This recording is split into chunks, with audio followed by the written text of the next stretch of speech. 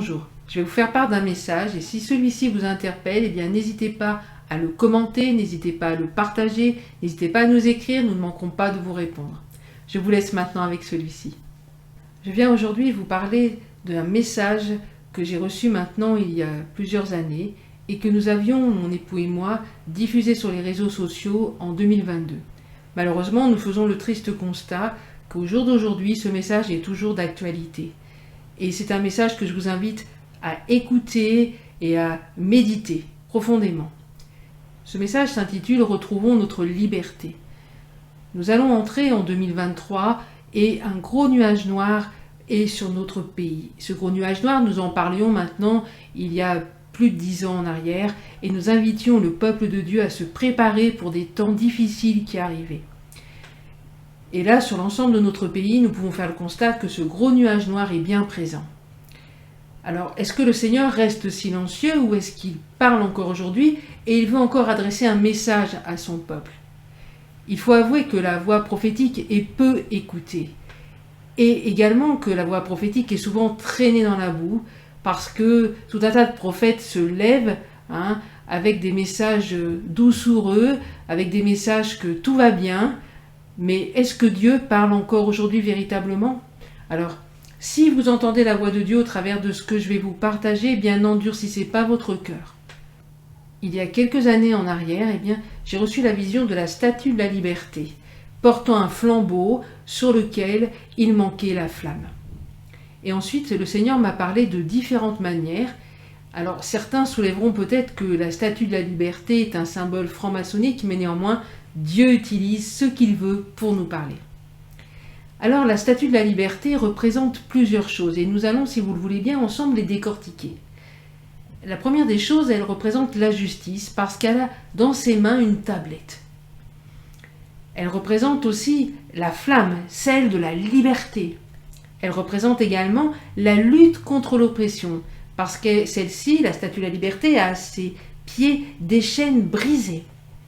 Et ensuite, sur sa tête, elle porte une couronne qui représente les 7 continents. Alors, quel message, au travers de cela, le Seigneur voudrait adresser à son Église de Jésus-Christ? Alors, tout d'abord, nous allons parler de la couronne de rayons. On a dit tout à l'heure que ça représentait les 7 continents. Eh bien, le Seigneur veut parler à son Église, faite de pierres vivantes, éparpillées sur toute la planète. Son message ne s'adresse pas à une dénomination ou à un seul pays, mais à son Église, corps de Christ et dont tu fais partie. Ensuite, nous avons vu que la Statue de la Liberté nous parle de la justice. Nous portons, enfants de Dieu, la parole de Dieu dans nos mains. Nous avons souvent notre Bible dans nos mains, mais est-elle inscrite dans nos cœurs? Le Seigneur est venu annoncer la justice aux nations.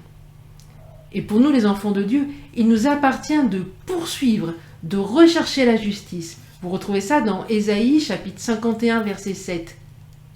La parole de Dieu nous dit que nous serons affermis par la justice. Et le Seigneur nous appelle des térébintes de la justice, une plantation de l'Éternel pour servir à sa gloire. Alors oui, nous sommes justifiés, déclarés innocents et plantés dans ce monde pour servir à la gloire de l'Éternel et pratiquer la justice. La justice est importante pour notre Seigneur, lui qui nous dit dans Luc chapitre 11 verset 42 « Mais malheur à vous, pharisiens, parce que vous payez la dîme, la menthe de la rue et de toutes les herbes, et que vous négligez la justice et l'amour de Dieu.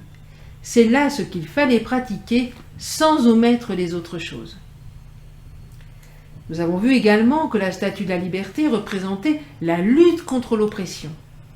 Et nous sommes, nous, enfants de Dieu, appelés à proclamer aux captifs la liberté et aux prisonniers la délivrance.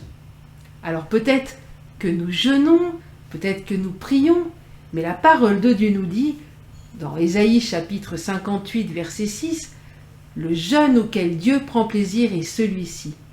Détache les chaînes de la méchanceté, dénoue les liens de la servitude et renvoie libres les opprimés, et que l'on rompe toute espèce de joug. » Ensuite, la flamme, vous la connaissez sur la Statue de la Liberté, au bout de son bras, elle brandit une flamme.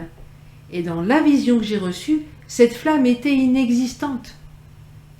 L'Église de Jésus-Christ brandit devant le monde l'ensemble de ces symboles, la justice, la liberté en Jésus-Christ. Cependant, force est de constater que de nombreux enfants de Dieu ont perdu la flamme de leur premier amour. Cette flamme est inexistante. Et Apocalypse chapitre 2 verset 4 nous dit « Mais ce que j'ai contre toi, c'est que tu as abandonné ton premier amour. » Pour beaucoup, nous avons remplacé cette flamme par une sorte de lumière artificielle, empreinte de religiosité. Et c'est celle-ci qui prône et qui trône sur nos cœurs. La parole de Dieu nous dit que la liberté se trouve là où est l'esprit. Vous retrouvez ça dans 2 Corinthiens chapitre 3 verset 17.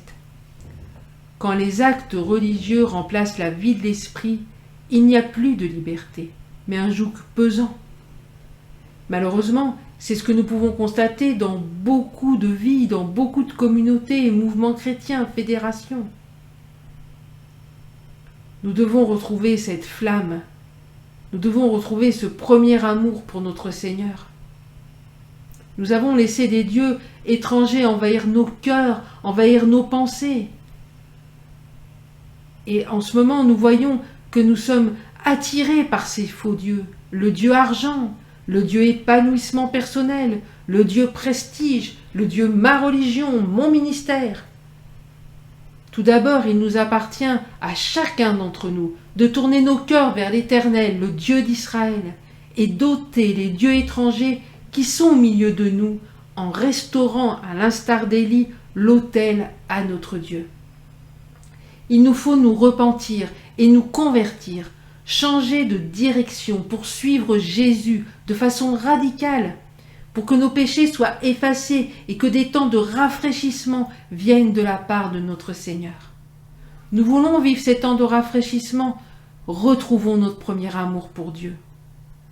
Ce n'est que ce moment-là, que quand la flamme va commencer à brûler à nouveau dans nos cœurs, que le Saint-Esprit va se répandre en nous et va nous communiquer l'amour de Dieu, l'amour pour notre prochain. C'est alors que nous allons pouvoir être saisis de compassion et que nous pourrons vivre ce qui est écrit dans Luc chapitre 4 verset 18. Cette flamme a besoin d'être allumée en chacun de nos cœurs. Il y a urgence. Dehors, il fait froid. Il fait même très froid. L'Église doit retrouver son feu afin que ceux et celles qui s'approcheront de ce feu soient réchauffés. Mais également, ce feu va venir épurer toutes les imperfections de nos vies et nous allons devenir des vases d'honneur utiles entre les mains du Seigneur. Et ce feu va s'étendre aux autres. Et non seulement en s'approchant, ils vont être réchauffés, mais ils prendront feu à leur tour. C'est cela le réveil. Ce feu qui va à nouveau briller, flamber en nous, en nos cœurs, cette flamme d'amour pour Dieu en nos cœurs. C'est cela le réveil. Et il commence par moi, il commence par toi. Et puis quand ce feu sera rallumé, eh bien tout ce qui prend la place de Dieu dans nos cœurs, notre religiosité, tous nos liens, nos addictions et compagnie, ils ne peuvent pas tenir dans ce feu dévorant qui est Dieu lui-même. J'ai vraiment ce message sur mon cœur. La nuit vient où personne ne pourra travailler. Et cette nuit, elle arrive à grands pas. Et l'Église ne sera pas épargnée.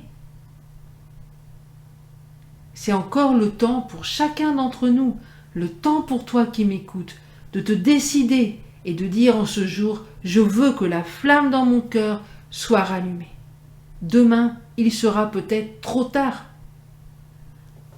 Que Dieu vous bénisse et que vous examiniez, que vous reteniez ce qui est bon et que si vous êtes touché par cette parole, eh bien rentrez dedans et décidez aujourd'hui même de ne pas recommencer l'année 2023 comme vous avez commencé l'année 2022, mais de dire « Je veux que cette flamme revienne dans mon cœur. Je veux être embrasé pour Dieu. Je veux devenir une flamme de feu, sa servante, son serviteur, et je veux embraser le monde qui m'entoure. » En tout cas, pour moi-même, je fais cette prière et je la fais pour vous. Que Dieu vous bénisse abondamment.